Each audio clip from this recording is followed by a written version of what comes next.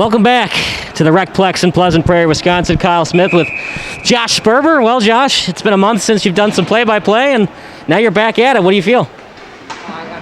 There's nothing I love more than calling sports and seeing these kids in prime of their life in high school getting to be able to play is just, it's so great. And we have a great game on our hands. 1-1.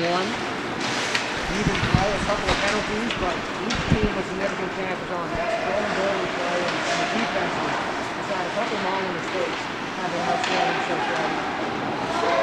So Nick Jury, or Charlie Jury rather, is actually set to come back on the ice. He's just penalty kill.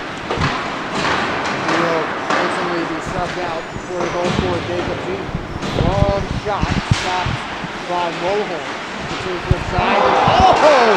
Almost a goal, but off the top of the pipe. In the corner, Jake Gaius almost had a nasty one. Yeah, it's like he knew he was being filmed tonight. Fancy that. Almost made it a 2-1 game. And like I've said, Naperville North has been good on the forecheck. They just got to avoid that sin bin. Gaius was a couple of inches from getting his first goal of the contest. One of our pregame stars to watch is Kyle over there. Had a nice chat with him before this one got started. Right on the near side boards. Flips it along the boards again. Naperville coming up with it. With Presley behind the net again. Really fighting for it. Checking his man in the board.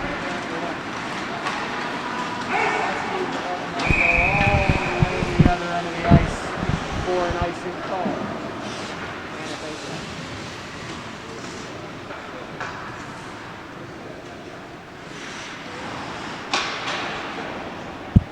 Okay, subs now coming in for both teams. We'll see Elderfeld on the face off.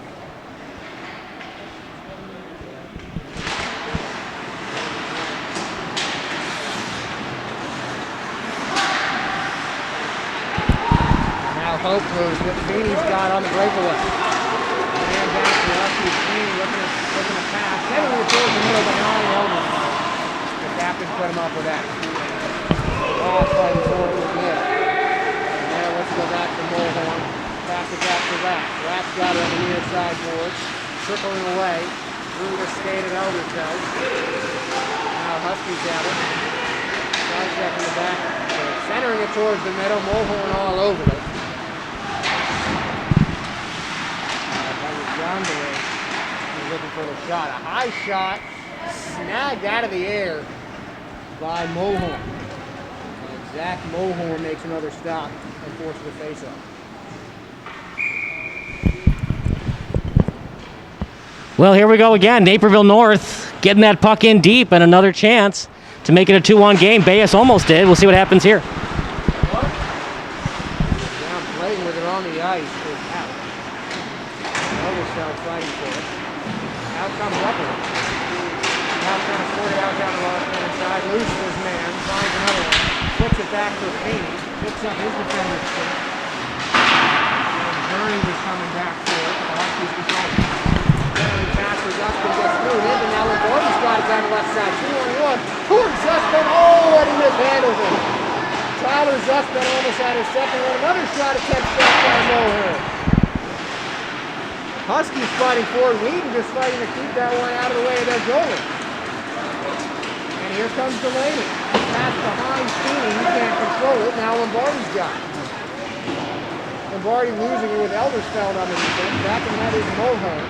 And now Hout's got it from behind the net. I think into some serious press from the Huskies. And now Eldersfeld controls. He's fighting for it. With Westman going on. Now Hope, the snapshot blocker save. And Mulholland makes another stop. He's up into double digits tonight. Shot in front of the net now for Leahy. Lorenzo's got it. Kicks it back out.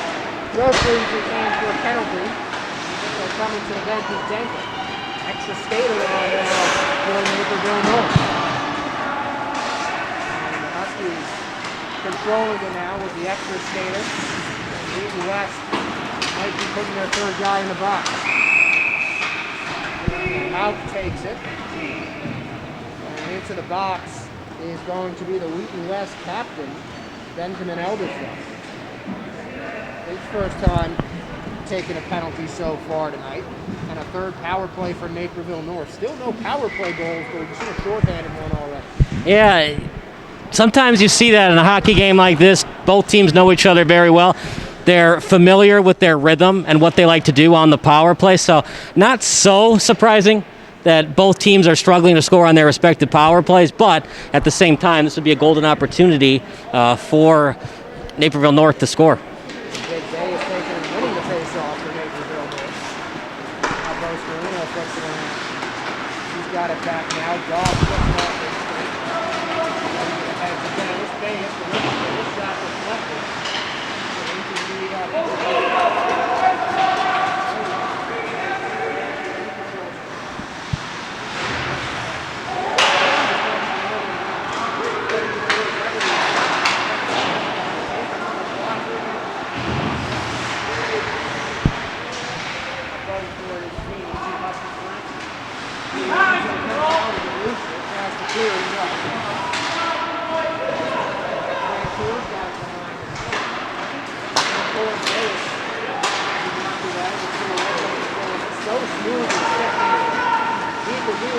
Left-handed shot wide, may have taken a deflection off of Mohan.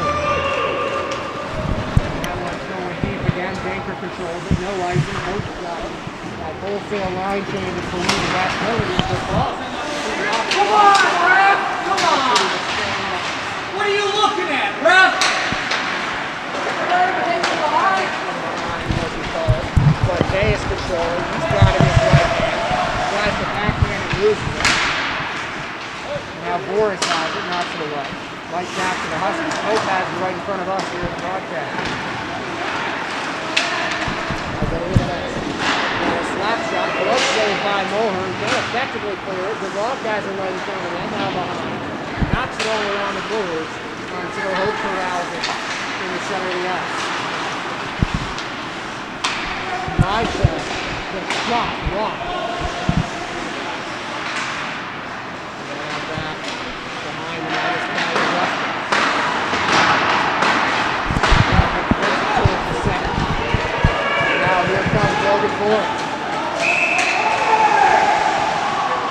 Didn't really see much on the power play there, Josh. Just a lot of passing, not a lot of shooting. We talked about simplifying the game plan, not so much on that power play from Naperville North. Too much passing, too much stick handling, not enough shooting. Yeah, they kind of allowed Wheaton West to get settled there and prevent the chance on the power play. Not a lot coming from Naperville North on the power play. Yeah, you want to be creative, but at the same time, you need to make it simple. Almost a steal right in front of the net there, but you want to make it more simple.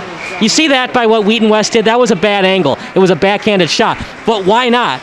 Anything can happen when you get it on net. You can't score if you don't shoot. So you shoot, you hope that it goes out of his glove, becomes a rebound that time. Good save by the netminder in Danker, and we'll see what happens going forward. Anytime you can put the puck on net, you do, and that's certainly what we've seen David have to all night long. Have got it again on the left side.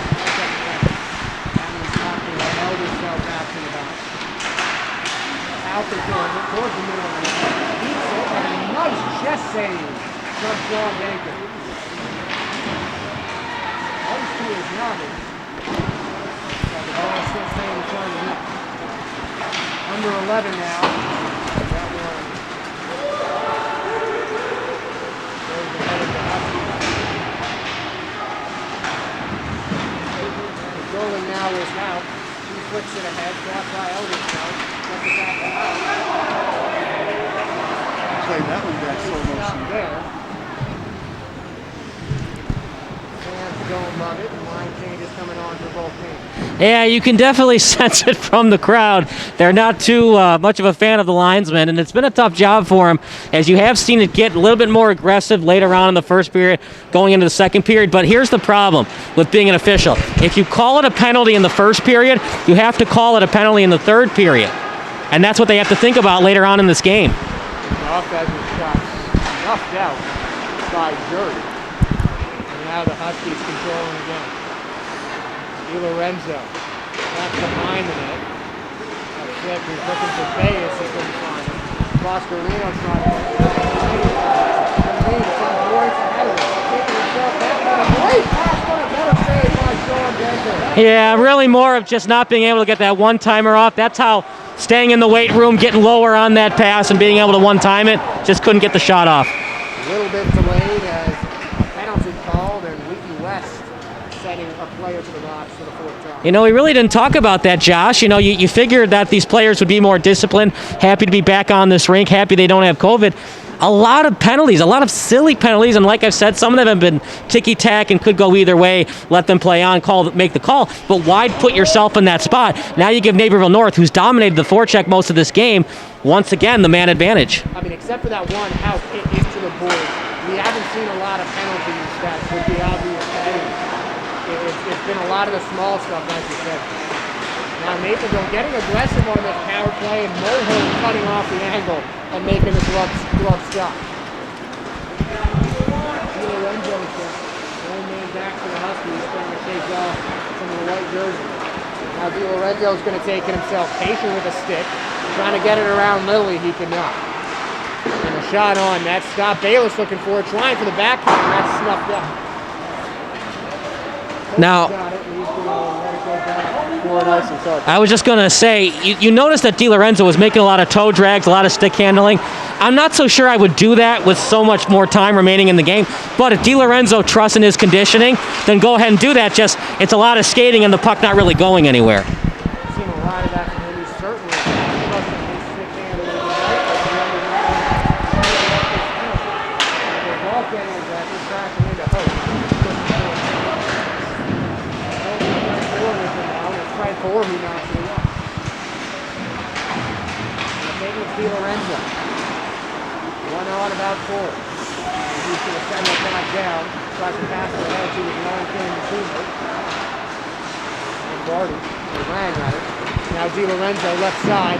That blocker save. Bayes off the rebound. No, deflected by a number of people. And now Lilly's going to come up with it.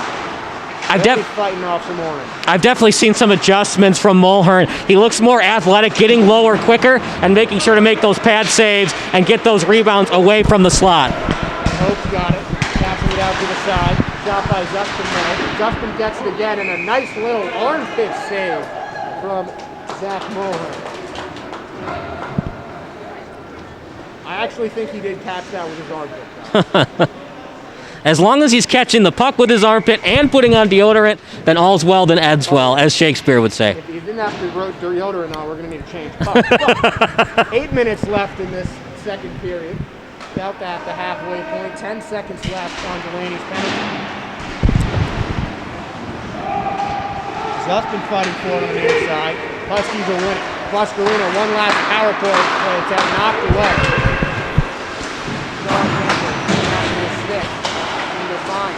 Justin's got it again. Lang fighting for it. Here's coming out to Feeney. Feeney right side. Off by Boscarino. Feeney's got it again, but Boscarino knocks him down. And the puck in the outstretched arms of Sean Denker. You know, you don't expect this all the time. Varsity hockey 1-1. You expect it more, obviously. College, juniors, the AHL. But this is hard-nosed hockey. It could be a final score of 2-1. And the way DiLorenzo's playing, I expect him to score if he keeps continuing the stick handling he's been doing tonight. You're saying 2-1. How controlling it by the end of the net there. And they're firing the slap shot. And the whistle's blown before that could go anywhere. Not sure what that whistle's blown here, but again, fans not thrilled with the amount of whistles. And it's going to be another penalty. This time,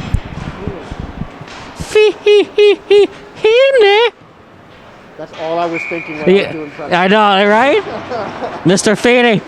Mr. Feeney! I'm not going to lie, I was waiting for a Feeney goal to break that out, but any Feeney call is well called for. Now, is his dad here? Because that would be the actual Mr. Feeney. We haven't researched this, but I'm just assuming for the sake of argument that his dad is the one and only Mr. Feeney. The problem is, Josh, I'm so old that The Generation Zers watching this broadcast have no idea what I'm referencing. That show came out in the 90s when we were growing up. No one will know that right now. But it's okay. We carry on. Josh, I just don't understand it. Just so much passing. Just get that puck on net. Just well-positioned defense. No shots. On that power play attempt. You know, when you have the man advantage, and I don't mean to, interrupt you, Josh, but when you have the man advantage, even if it's a bad angle, you have that extra man to attack in the slot, so just get it on net. I don't see Naperville really passing around effectively enough to try and continue the defense in the extra man to do it. Haven't utilized it as well, but they flipped the script as their only goal was short-handed to finish off the puck. I guess that's the secret to their success. Trip the other team, and then you'll score. And actually, that goal really was more on Mulhern than the goal that was scored by North. But yeah, just when they're playing 5-on-5 or even the man disadvantage 4-on-5, they look great. Just 5-on-4, they kind of look out of sorts. Too much passing, not enough trying to get that puck on net. Boris and Day is in the face-off. Hope's got it behind the net for Naperville North.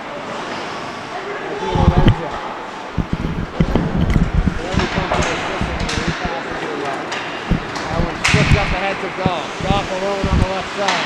Looking for his man in the center, just too far ahead of Jake Bayes. Now Red. And that one's knocked away. Huskies back controlling. 16 seconds left of the power play. Now Nick Delaney's controlling it. 1-on-2, trying to get it under and around two defenders. Goff takes it. Huskies have numbers. Lorenzo on the left side. Everyone back for Naperville North with the penalty kick. 5 minutes and 17 seconds left in this second period. No goals in this one so far. Bayes has a shot. Tries to poke it under Mulhern, but he sits on it. Zach Mulhern making a big stop in front of the net.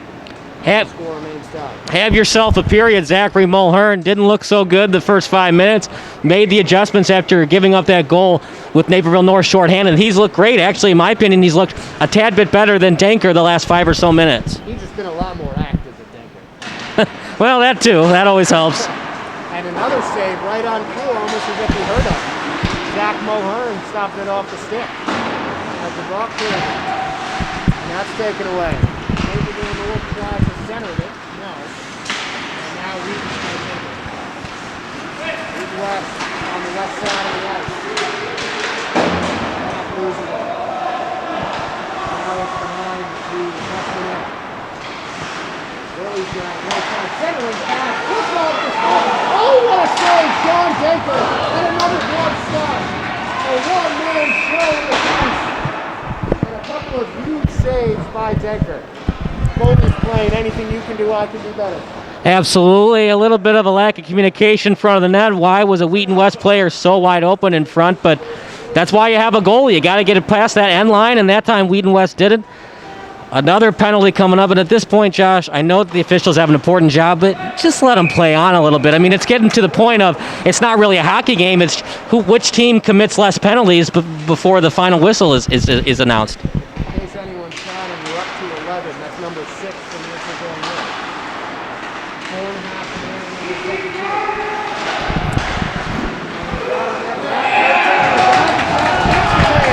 And a goal scored. Wheaton West quickly taking advantage of the power play in the shape of Henry Meyer. And well-worked passing leads to the first extra man goal of the night.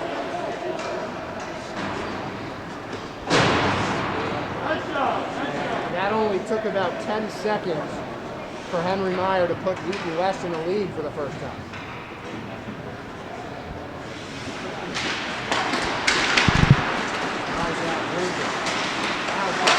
Feeney to shut it up.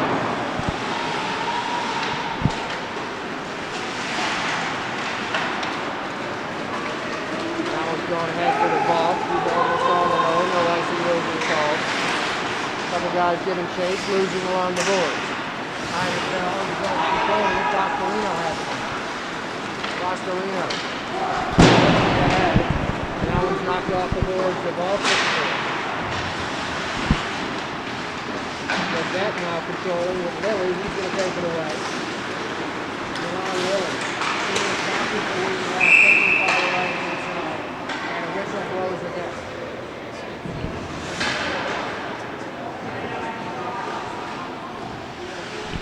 That's now 2 unanswered goals for Wheaton West. And, you know, Naperville North, they've had their chances on the man advantage. And you got to wonder if they had been a little bit more aggressive shooting that puck. I mean, it's still a long way to go. But, yeah, I mean, they've had plenty of chances to put this game away, and they just didn't do it. Randy Apaki remaining, though. 3:41 left in the second period. And another period coming after that. Eldersfeld controlling the face-off. Hout's got it now on the left side.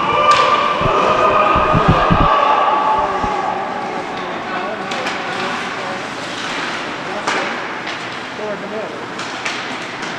Van Coy. Passing ahead.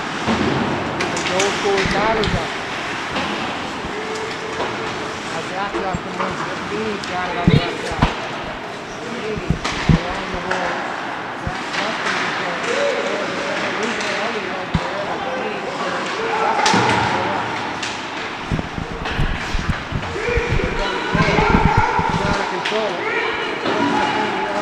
Looking for it. Towards the center, no one there. No one in the middle for Wheaton West. The goal opportunity goes away. Zach Justin passing towards the middle, looking for his brother Nail with a nice defensive play. Everyone staying home and a check into the net. Left call to play on. Being on the lead, the center is pass. Can't find it. And the whistle blows.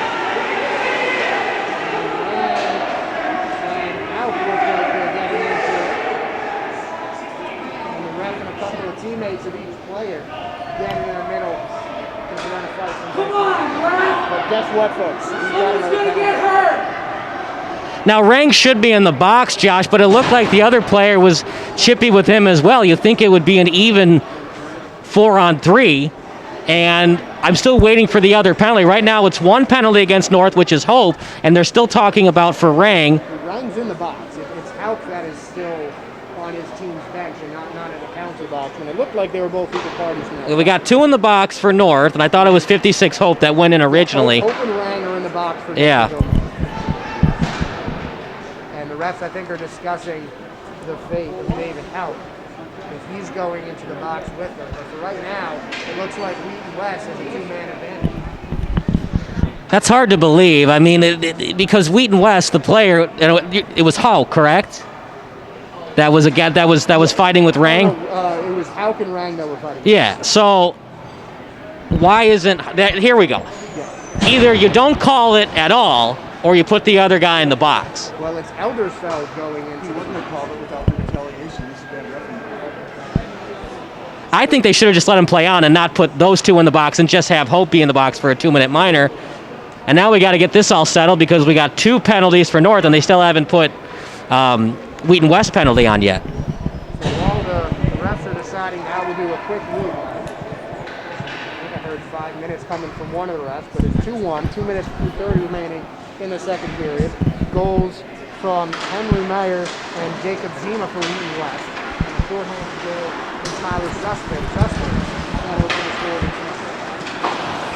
So it looks like they're just going to go with the 2-minute minor on Hope, and both players, Eldersveld and Rang, are going to get either 5 or 10-minute majors. I think I heard 5 minutes for fighting from the referee there. Nothing's coming up on the scoreboard yet, though. Really ticky-tack. I know you want to keep it sportsmanlike, but I didn't see any punches thrown. Yeah. I disagree with that call entirely. Talking angrily. Nick Delaney's got it, trying to get ahead, loses the puck.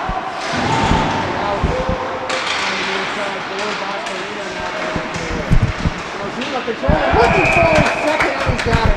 Wait for Zima. And Wheaton West is in control of this one. 3-1 is their lead. Yeah, just the way that Naperville North's offense has been the last 10 minutes or so, you kind of feel like it's not over, but it just feels like that they've had so many problems on their power play. And now we got a possible ejection for a fan as the center ice official talking it over. But yeah, Josh, just back to North is you had your chances on the power play, and you can call it ticky-tack calls by the referee to put you in the box, but too many power plays and they just weren't able to score.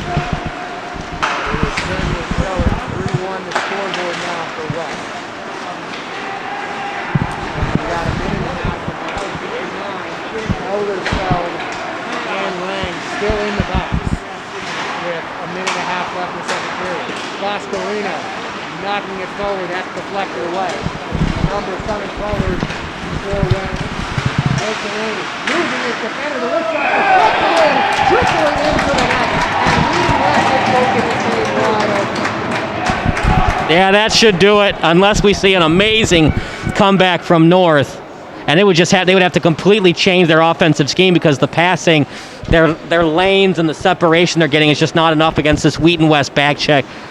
That's on the goalie. That should have been saved, and it didn't keep the 5-hole intact, and now it's 4-1, and it's, Mama said there'd be days like this, and that's happening for Naperville North right now. I think Jake Delaney is getting credit on the goal, while Henry Mary was there and may have deflected that puck in. So 2 goals in less than a minute for Wheaton West, and just like that, it's a 1-goal lead. Close to the second period. They can stop that one, and they are looking to get on the board again. Playing down this William Rathbone, not happy with some hustlers. Now, did they start the clock? Because I remember the face-off, it was at 1:13. I have 1:01. I'm going to set it to 1:13 right now. That's what they're talking over right now, but... I think that was why play was stopped. Right now, 1:13. North, you just can't give up any more goals. I know that's simple to say, but you already gave up 4. You can't afford to give up 1 with a minute to go in the period.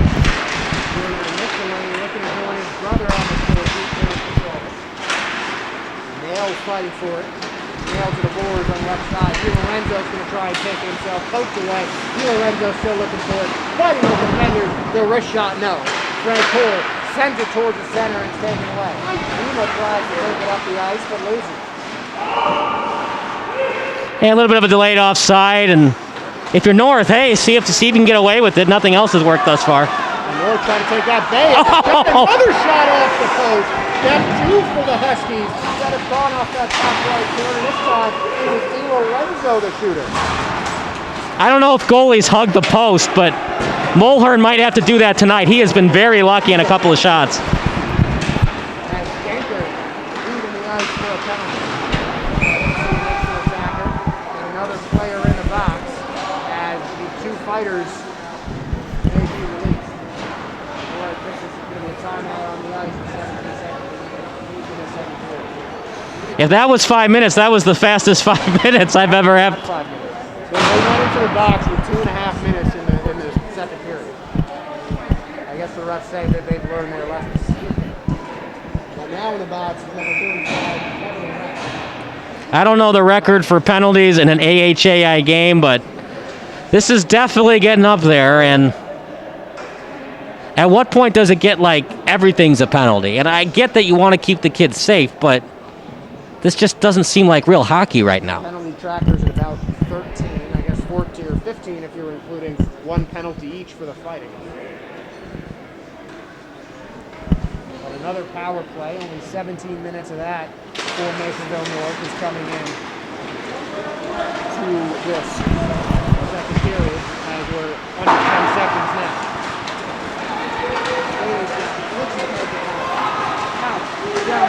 Trying to take his defender right to the center mass of John Baker. 2.6 remaining on this clock in the second period. But what a period Wheaton West has had, though. They have seen some mistakes from the Huskies, and they have taken advantage of every one of them. There's a quick face-off now from the left side of the net.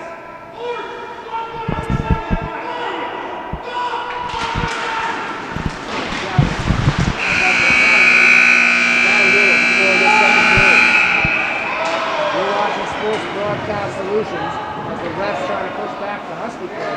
Lily was sent careening into the board at the the end of that second period. That was close to being ejection. The whistle had clearly blown. And I'm not saying that Wheaton West is entirely blameless. They have been very chippy too after the whistle, but you just can't push after the whistle like that and almost throw a guy down. The officials are going to let them play. I mean, they feel bad because of COVID. They want as many kids as possible to play on this ice.